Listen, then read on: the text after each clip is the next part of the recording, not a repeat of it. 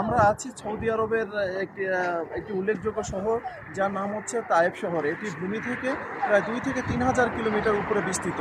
হ্যাঁ, যেটা আমরা এখানে এখন অবস্থান করতেছি পাহাড়ের উপরেই, কিন্তু এখান থেকে দেখলে বোঝা যাবে না যে এই শহরটি নিচের ভূমি থেকে যে এত উপরে এবং এত সুন্দর দেখতে, যা প্রতিটা মানুষের মনোমুগ্ধ করে, ঠিক আছে, এবং হৃদয়ের স্পন্দন করে যে এত সুন্দর জিনিসটা।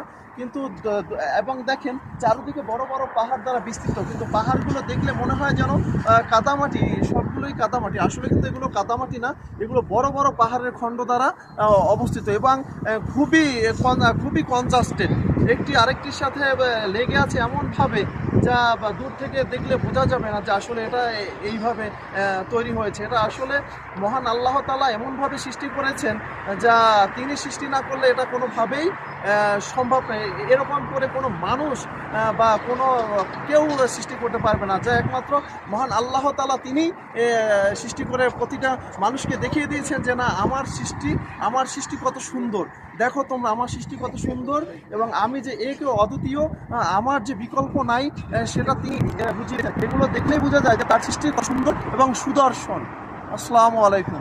ওয়ালাইকুম আসসালাম। ব্রো।